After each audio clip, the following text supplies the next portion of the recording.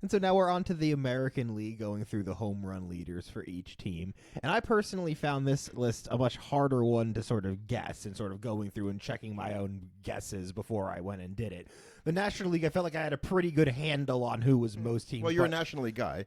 Right, that's kind of what I'm thinking, is I'm just more familiar with the National League, so I'm gonna just know who hit more home runs for them, especially because a lot of those guys that let lead for those teams are either really old school famous guys or new guys. And I don't know if you're familiar with this. When I wrote the articles on these on the National League, American League.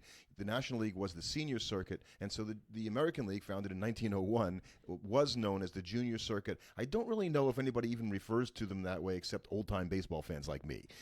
And even then, I think you're even among a minority on the junior circuit. Yeah, nobody calls it that. When something's 125 years old, I guess it's kind of hard to be junior anything at that point. So, but I was thinking about it before we went. We'll do the teams individually. Mm-hmm. So I started thinking about, well, which players have hit 200 home runs for multiple teams? Is that really that? I mean, there's not that many guys that have 500. I can't be a long list. 100 home runs for 3 teams. So Manny Ramirez. Mm-hmm. Okay, he had 200 home runs for both the Guardians and the Red Sox, and I think everybody would kind of suspect that because they know he played significant parts of his career for both of them. There's another guy I could guess, and he's on here, is Jim Thome, because he played a significant part of his career for the Phillies and for the Indians. He actually did it for 3 teams because he also hit 100 for the Phillies. Right. So that's a rare bird. I think I don't know if anybody else did that, but we'll talk about that as we go down the list. So let's start with the AL East. And I guess if you start with the Red Sox, which are an original American League franchise, so we'll do it from that perspective. Mm-hmm. I think everybody would kind of guess. Let's see, who's the greatest hitter who ever lived? Oh, yeah. Wait, he was a Red Sox. Yeah, that'd be Ted Williams, who not only just hit everything, he also hit a lot of home runs. In fact, he hit over 500 home runs, 483. Excuse me, he didn't hit over. He hit over 500 runs, right, for the Red Sox. All for the Red Sox. Mm-hmm. And the second place guy, though, wasn't as easy because I started thinking, okay, well, Jimmie Foxx played a while for the Red Sox, but he played for the Philadelphia A's, and that was a really long time ago, and I can't remember. Right. This is a list where you have to basically, if you know a guy, switch teams at any point, unless he switched super early in his career.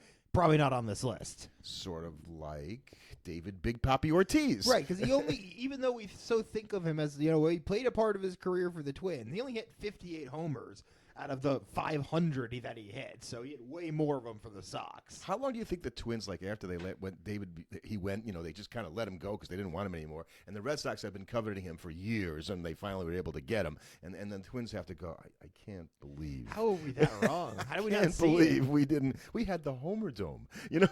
David He should have been huge in the Homer Dome, but it didn't work. Third place, I should have known this. Carl Yastrzemski hit 452 home runs. Okay, well now you got Hall of Famers. Right. That's the thing. Here. Well, that's because you have the Red Sox, and so they've been around forever. So then, but all the teams we're going to go through, right? A lot of those. But you have a lot of these teams that have had guys that played on them for super long times, from like the back before free agency was big. Right. Another Hall of Famer, Jim Rice, is in fourth place, and he's right ahead of Dwight Evans, who I think should be a Hall of Famer, and he had 379 home runs, just 3 behind Jim Rice. That's a hell of a top 5, by the way. Right, not a lot of teams, other than maybe like another team in their division, are going to be able to compete with that. And Manny Ramirez, who hit a bunch with the Guardians, hit more with the Red Sox, like I say, 274 with the Red Sox, only good enough for 6th place. Right, so then you have the Orioles, who started as the Milwaukee Brewers. For one season. But then they were the St. Louis Browns for a long time. And interestingly, there's really not anybody on this list that's from that era. And the Browns were terrible. It's hard to think about, because if you think about traditional Baltimore home run hitters, there's not a lot of them. Right. I started thinking, who were the great? Well, okay, Eddie Murray's in the Hall of Fame. He played the best part of his career with the Orioles, so he probably is on the list. Brooks Robinson wasn't known as a home run hitter, but I know he hit some. him, and he played forever. Frank Robinson, obviously, another one of those guys you talked about who had significant time right. with So that two just teams. makes it hard for him to get up there. Did he hit that many with the Orioles compared to the Reds? I'm not sure. Cal Ripken Jr. is an easy one, right? Because he didn't play anywhere else. He's a franchise leader at 430, and then you do have Eddie Murray in second at 343, and then a guy I've never really heard of in Boog Powell. Oh no, you don't know who Boog Powell is. There's this whole love for Boog Powell host. He was this big big, burly first baseman for the Orioles in '69, around that time when they played the Mets. So really good power hitter, really good ball player, not great ball player. He was just very large, and he hit lots of home runs at a time, by the way, when people didn't hit a lot of home runs right. in the late '60s and then the '70s. I think the surprise you got like Adam Jones is 5th in Orioles cool. history. That's cool just because he's not a guy that's going to probably won't have his number retired, not going to have his I don't know about that. He could, but I he's think not Adam Jones is going to have his number retired by the Orioles. Wow. Yeah, but Chris Davis, however, who was just behind Adam Jones, will not have his. However, he goes to the bank every week and collects. Yes, because he got paid and then did absolutely like nothing. Yeah, but he got paid after that. So, and then now we have the most boring team in the division because you have the New York Yankees, and naming the Yankees that are on this list is more just naming very, very good Hall of Famers, like or great Hall of Famers. Or great Hall, right? It's like, okay, well, who's going to lead the Yankees first? Well, I don't know. I think it's probably a guy like Babe Ruth. Well, Babe Ruth, but he played for 2 teams. Yeah, okay. As I said, early in his career, or in Babe Ruth's case, before he was a hitter. Right, and he played for the Red Sox in the dead ball era, and I think the most home runs he ever hit there was like 29, and then he led the league. Like he had more homers than other teams, when he did that. But then he came to the Yankees and he found the home run. Right, but I think even a casual baseball fan, if you asked them to think about it for a minute, would be able to probably do the top 3, maybe not in order. But Ruth, Mantle, Gehrig and Mantle. Well, no, Mantle hit more. Mantle and Gehrig, I should say. Right. Mantle hit more than Gehrig. Like that's a pretty. Like if you think about that as a fan of baseball, like if you're any kind of fan of baseball and a casual one, you'd probably be able to guess that pretty easily. And the Yankees, I like to say, well, the Yankees are not an original American League team. They came in 1903 as the Highlanders. And didn't change their name to the Yankees until 1913. So that's why they're 3rd on this list, the Orioles being an original and the Red Sox being original. So the Yankees fall behind there. But the next 2 guys on the list after Mantle and Gehrig and Ruth are also Hall of Famers. Yeah. And what's kind of interesting, though, like no recent players, right? No, nobody. You have to go down past 5th because you have to go. No Jason Giambi. Joe DiMaggio in 4th, Yogi Berra in 5th, and they're like 3 apart. And then you go to Alex Rodriguez is 6th at 351, which is just one. I didn't realize he had 350 homers for the Yankees. Exactly why I like doing this. Like A-Rod hit 351 homers for the Yankees. But it's like, okay, yeah, A-Rod did hit like 600 home runs in his career. Had to hit him somewhere. He had to hit him somewhere. He's another guy that hit more than 100 home runs for 3 different teams, which is a pretty exclusive club. And then even then you have guys behind him like Aaron Judge, and there's a good chance that Aaron Judge will pass even Berra by. I mean, maybe this season, but certainly next season. Well, I'd say, look, he's got 315, and DiMaggio's got 361. So do you think he's going to hit 45 homers or more?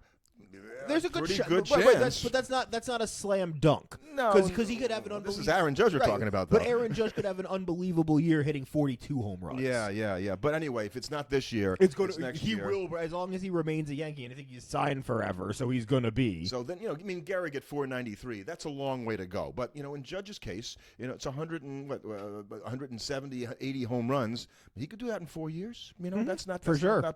And he's still going to be good enough in 4 years where you can expect that kind of production. So, and now we sort of get into the younger statesmen of the AL East with non-original AL with the teams. Blue Jays and the Rays, where you're just not going to have guys with as many home runs on these teams because just they haven't been around as long. Or they didn't play their whole careers with the Jays. Right. Carlos Delgado is a case where he hit 300 home runs. 336? 336 with the Blue Jays, but he hit 104 with the Mets. And so he has 473 career home runs. So he hit some with other teams. 1,500 RBIs. Carlos Delgado should have gotten a serious look at the Hall of Fame, by the way. But he is far and away the top guy for the Blue Jays with Joey Batista as number 2. And that makes sense if you think about it. You're like, yeah, I only knew of Batista as a Blue Jay. He played for the Mets. Briefly. And he wasn't very good. But and then Vernon you forgot about Edwin Encarnacion. And the reason I mentioned him, he's 3rd on the Blue Jays list at 239. Did you know that Edwin Encarnacion has like 434 career homers? Right. 434 career Edwin Encarnacion. Like, I saw it the other day, and I was like, where did he do that? Well, he played for the Reds. Because he's just been around for forever, and he will hit 20-something home runs every season. I mean, look, 400 home runs still gets my attention. It still gets your attention, but even it is not a home run. It is not a Hall of Fame statistic. And nor is Toronto ever thought of as a home run hitter's ballpark, too. So that has a lot to do with it, too, in terms of, team home runs I think and whatnot. 500 is where at least you would start getting talked about. Like, if you hit 500 home runs, because even as a compiler, it's kind of hard to do that by accident. And in this day and age of the home run, I think you're probably right that 500 now, it goes back to 500 home runs or up to 500 home runs. What used to be 400 home runs got you in the Hall of Fame. Well, now not even 500 home runs will get you right into the Hall of Right, Fame. yeah. You gotta, Gary Sheffield's still sitting there at 509. It ain't working for him. He's a bit of a special case, though. He's a bit of a special case. So, But then you know what? You do have active guy Vlad Jr. 8th on the list. So you have a guy that, like Aaron Judge, might go charging up there. He could set the all-time Blue Jays record if they do sign him. His fate in Toronto is much more uncertain than Aaron Judge's I think fate. he's going to be a Blue Jay for life. I just think that I they'll think pay him. so, but it'll be interesting to see what happens. So another guy on the list I'm only mentioning because I love this player is Jesse Barfield. You probably never heard of Jesse Barfield. No. Because it was a right fielder who came up, was a really good, had a 40 home run season at one point for Toronto, had a cannon in right arm. The dude could really wing it out there, and that's what I liked about him. I'm very disappointed that he didn't even have a better career because he ended up coming to the Yankees and got a pretty good deal to go over there and just never really got Wasn't back a to New York as guy? good as he was. Yeah, I don't know about that. It just, his career just was for me as a fan of his, like, oh man, what could have been? I thought it was that good. And another player who I really like for them is George Bell, and I don't know if you've ever heard. George Bell won an MVP for the Blue Jays, and at 202 home runs, I don't know if I would have thought him as a home run hitter, but he's on the list because the list doesn't have a little high numbers. Right, exactly. It kind of just becomes guys that played their whole career for the Blue Jays and were pretty good ball players. So, and you have a similar list here for the Rays because the Rays are even more of a not home run hitting park, and they've been around even less time. Right, and you know that the Hall of Fame, recent Hall of Fame inductee Fred McGriff, he had almost 500 home runs. Yeah, but I don't think of him as a Toronto Ray. I do because he played the early part of his career with the Blue Jays when they were really good. Right, but he didn't have that many home runs for the Rays, so I can't like he just wasn't there that long. Right, he wasn't there that long, and he had 100 home runs for two teams, but it's not him. And and the Rays were not one of those teams. Right. I guess so. It wasn't that. And the number one home run hitter for the Rays makes sense when you think about it because it's Evan Longoria. Evan Longoria, another guy who has a case for the Hall of Fame. I have a hard time with that one myself. But because third base is underrepresented in the Hall of Fame, anytime a third baseman comes around, you're like, well, the guy was a really good fielder. But once you get past that, you got guys like Carlos Pena, Aubrey Huff, Brandon Lau, B.J. Upton, like.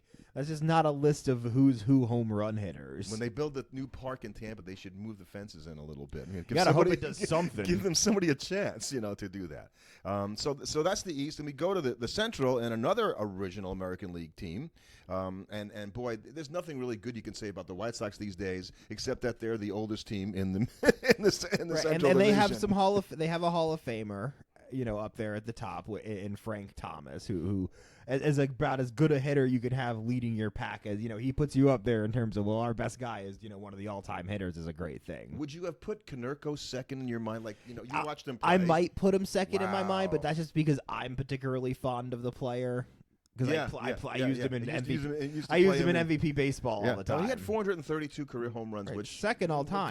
Kind of. I think that's less surprising to me than Jose Abreu being third for the White Sox. That blew my mind. Right, 243 home runs. So it's a big drop off, right, between the two guys that have over 400, Thomas and Konerko. They had over 400, and Abreu had 243, and he's third on the all-time list for the Chicago White Sox, who have been around since 1901. That's kind of not a good thing for the White Sox. So other guys on the list are Harold Baines, another Hall of Famer. Carlton Fisk, also another Hall of Famer. He's another guy who hit home runs because he was on the Red Sox for a long time. He hit 164 for the Red Sox in 214. Yeah, making him and Piazza the only catchers to hit 100 home runs for two different teams. And I was surprised at that because I thought, well, Gary Carter didn't hit 100. I know he hit 100 home runs for that. He didn't. He hit only 89 homers as a Met, and that kind of surprised me. Just 11 short. Yeah, but I thought Gary would have done that because he was so good, but it was only 5 years for the Mets. Right. So and a couple of those years were injured.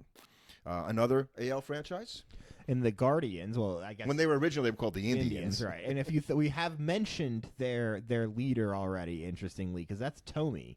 All-time home. That's surprising to me, just because you would have thought somebody from earlier in their history would be up Right, there. they had Rocky Colavito was a big-time home run hitter in the 50s into the 60s. But it's just not the case. I mean, when you look at their top guys, it's exactly the modern players you expect to be on this list, because you have Tommy number 1. Shockingly, Jose Ramirez number 2, and climbing. and climbing. He might catch Tommy by the end of his. You think he's going to be good for 90 more career home runs? Right. Yeah, Yeah, I he's don't gonna think play that's 3 asking more for- seasons. Yeah. He will have the record. Right. And he's second ahead of Albert Bell. And I guess I thought Albert Bell hit more for Cleveland than he did, but I had forgotten that he went to Chicago, like Tommy, and played for the White Sox and hit a lot of home runs over there too. What a ball player he was. Right. Crazy as a loon, but man, a dude Tremendous could play. hitter. Tremendous hitter. And then there's Manny Ramirez, who split his career, so he's on the list, but he is fourth. Fourth, right. And then you have a guy that most people would not know, even though he's a Hall of Famer, in Earl Averill. Earl Averill. Played, in the 50s. Excellent ball player, leadoff hitter, hit home runs. But we never talk about this guy because people have long since forgotten him. And Cleveland hasn't won a World Series since 1948. Right, and he was on a bunch of teams that probably weren't. That didn't great. win the World Series, Right. and he didn't get to the playoffs. He didn't get the World Series those days. How about the Tigers? I mean, there's a lot of historical players. that Another could be on AL the like, team, 'cause I'm right? thinking like Hank Greenberg, Al Kaline are all guys that I would expect to see on this list.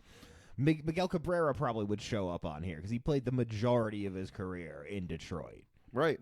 And Kaline is first. Okay. And the thing about Kaline, it was, he's got 399 career home runs. And, after he retired, he had to think, why couldn't I have hung around and hit one more home run? I mean, just for that nice 399, square number. Really? How could I have done that? So, and he's first, and then that makes Cabrera is tied for second with a player I really liked, Norm Cash. Who was a first baseman for Detroit in the late 50s and the early 60s.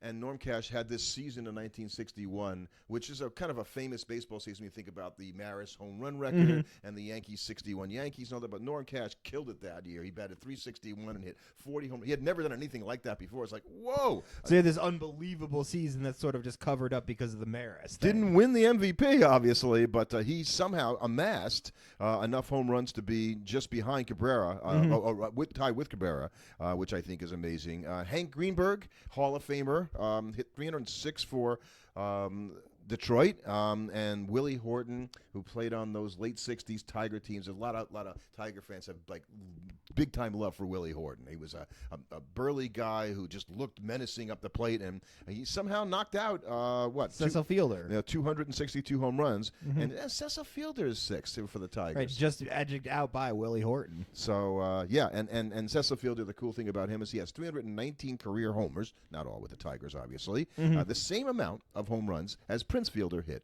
his son. Yeah, that is cool. So for their career, they hit the same exact amount of home runs. How about the Twins?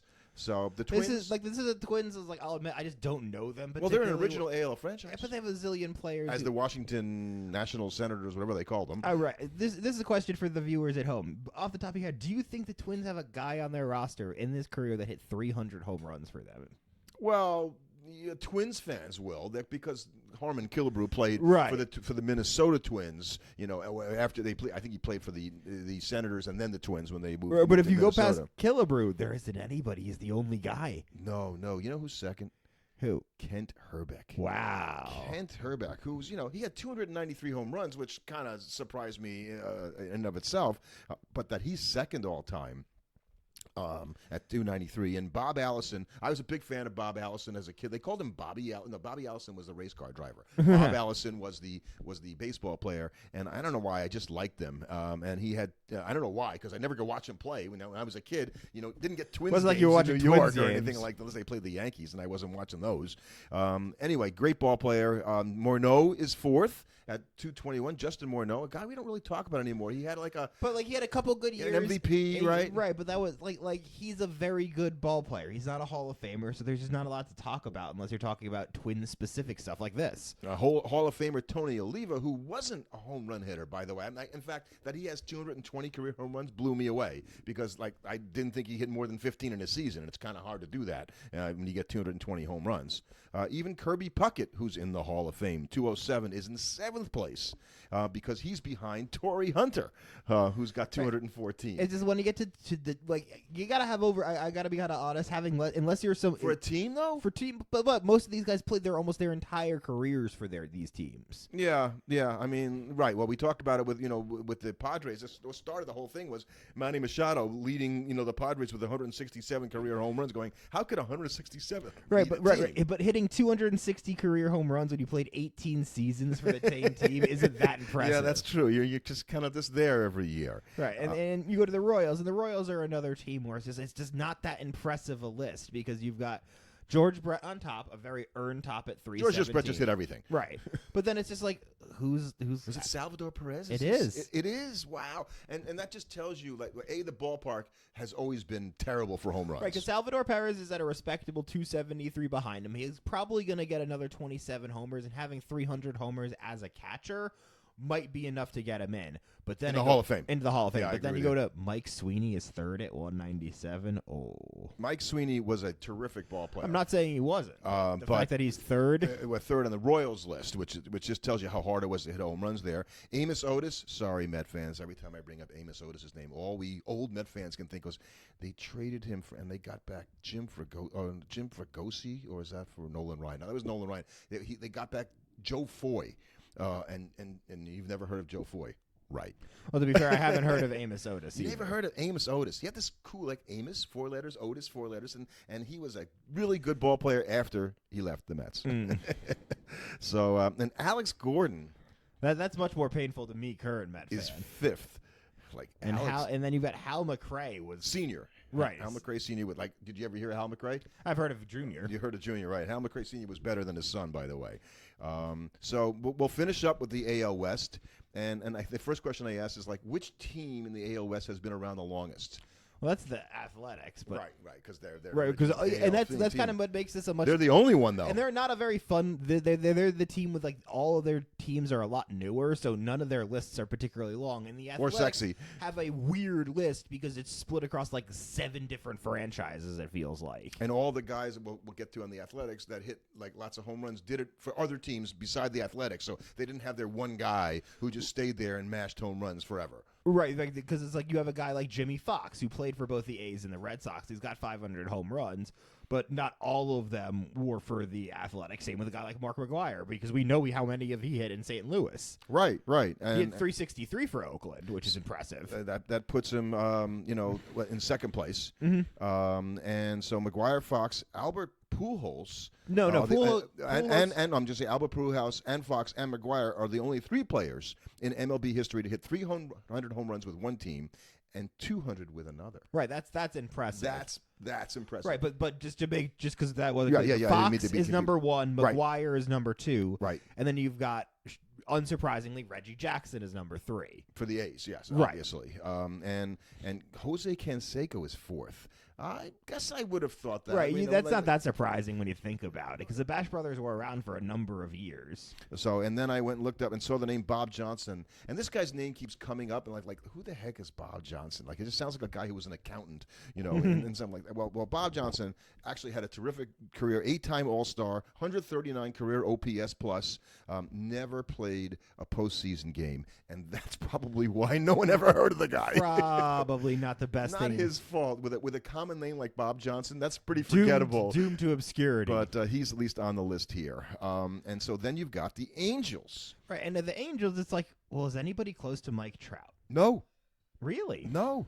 Wow. Mike Trout is the leader far and away, and so I started thinking, who else? Like, okay, we talked about Pujols, and he probably hit 200 because we know he hit 300 with the Cardinals. Right, but he's not going to hit many. He's not going to hit that many with them. He's not second, and because I went to USC, and I remember we had a player at USC named Tim Salmon who became he had a good pro. career with the Angels. He is second on the Angel all-time list with 299 home runs career. Wow. Which again, right? We didn't think he did that in his and then career. Garrett Anderson, who was Salmon's teammate around the same time, at 272. How did Garrett Anderson hit 272 home runs? home runs? Career. He had a much better career than a lot of people think. And Brian Downing, who was a very good hitter, is tied with Pujols at 222. Okay. So Downing's another guy who was always in the race for the batting title. Obviously had enough power to hit that many home runs. Wore glasses when he played at a time when still no one really wears them very much. Really nice player. Really nice player. You go over to Texas, who was Also, same year founded as the Angels. even though they were originally the Washington Senators. Right, the and second Washington Senators. And now they're a little bit easier because you can immediately think of a couple guys that would be up on this list because you've got guys like Juan Rodriguez. You've got Juan Gonzalez, I'm sorry. Rafael Palmeiro and Ivan Rodriguez. Like, those are three guys that immediately come to mind as they would have hit a bunch of home runs for that team. And you know, I was a big fan of Frank Howard as a kid because he was 6'7", another guy who wore glasses when he played, oddly enough. Hit a lot of home runs at a time when a lot of home runs were not hit. And so that's what makes it hard for those guys. They came through the time when baseball wasn't, what it is now. You got to deal with the old raised mound. And so they didn't hit as many home runs. And Howard is third on the list. But, I think Gonzalez and Palmeiro, far away, Irod, if you will, is behind behind Howard. Behind Howard. And Adrian Beltre is on the list Which here. makes sense because he hit a bunch of home runs for them, the Mariners, and the Dodgers. 3 teams. So right. there's another 100 home run guy for 3 teams, which I think is very cool. And then we have the Astros, who joined the same season, the next season in '62. So they were around for the similar amount of time. But immediately off the top of my head, it's like, well, I know one guy had a ton of home runs for them who's a Hall of Famer. So I know they at least have one guy that's up there because of Jeff Bagwell. Right. I thought the same thing. That's okay. That's what I think when I first think of them. And, Bagwell had 449, and he blows everybody away. Right, because next would be like, I don't know, maybe Lance Berkman. Lance Berkman is next. With another guy who has an arguable case for the Hall of Fame, 326 home runs, switch hitter, right? So that's kind of cool. And Biggio is right behind him at 291. Wow. That kind of surprised me. I didn't think hit that many home runs. That many home runs, right? Altuve's probably up there on the list. He is. He's in 4th at 229. Wow. So do you think he can hit another 81 home runs in his career and get to 300? It's going to be a little hard, I think, for him. It's going to be a little. He would have to have he needs to have like another year this year where he hits like. He better 30. hit like 20 to 30 one year. Right. To really give himself a chance. But a guy I also think will be punching his ticket to Cooperstown one day, despite all of the the much maligned Jose Altuve. And then the last team we'll talk about are the Mariners, and that should be easy, right? Because you think about Mariners, you think about I think about 2 Hall of Famers right from the start, right? Right. 2 of them are really easy, in Ken Griffey and Edgar Martinez. And they are 1 and 2, right. Obviously. And Martinez at 309. I mean, Griffey also hit a bunch of homers for Cincinnati, but not anything like that. Right, and you don't think of him as the time in Cincinnati as good. And then Jay Buhner, who was one of, I think, Griffey's best friends while they were on the manager, somehow hit 307 home runs for the Mariners in a ballpark that is not too conducive unless you're Ken Griffey Jr. Kyle Seager is after him. Did you realize that Kyle Seager got 243 home runs? He's just really Corey's older brother now. And A-Rod is 5th at 189, which more just speaks to probably how good A-Rod was. Well, he came up with them by about age 18 or something like that. So, and it was great. I'm surprised that Nelson Cruz only had 163 for Seattle because he had over 400 home runs. And so he also spread it around a few different places because he played all over the place. So, and he's 6th on the list. So, those are, I think the things that we've got is that there's not a lot of guys that are in. And you're not going to see guys breaking onto these lists too often because guys move around. And right, they don't stay there. They don't spend. That's an excellent point. They don't spend their entire career. Really, the only guys that are actively on these lists that I can think of right now are Vlad, Pete, and Judge. Right.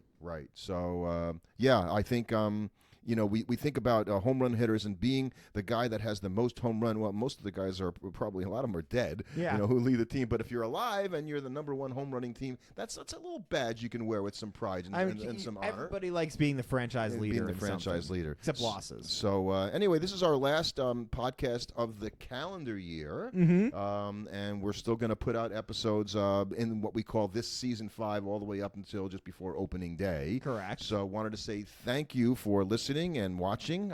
We appreciate the feedback we get from folks and want to wish everybody a happy new year. A very happy new year. Thank you for listening. Thank you for being on this journey with us. And pitchers and catchers are only 45 days away.